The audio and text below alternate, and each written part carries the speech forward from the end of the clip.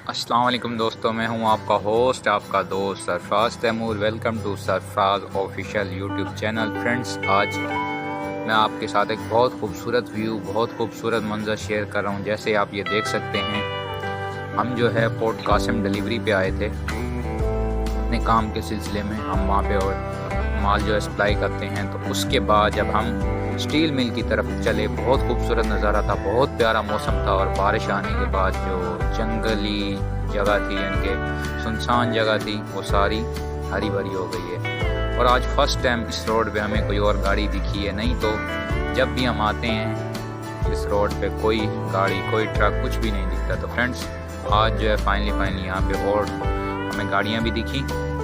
नहीं तो इस रोड पे हम होते हैं। ये सुनसान रोड है, रात में जाना तो बड़ा ख़तरे से खाली नहीं है, लेकिन दिन में आप जा सकते हैं। दिन में भी एहतियात करें।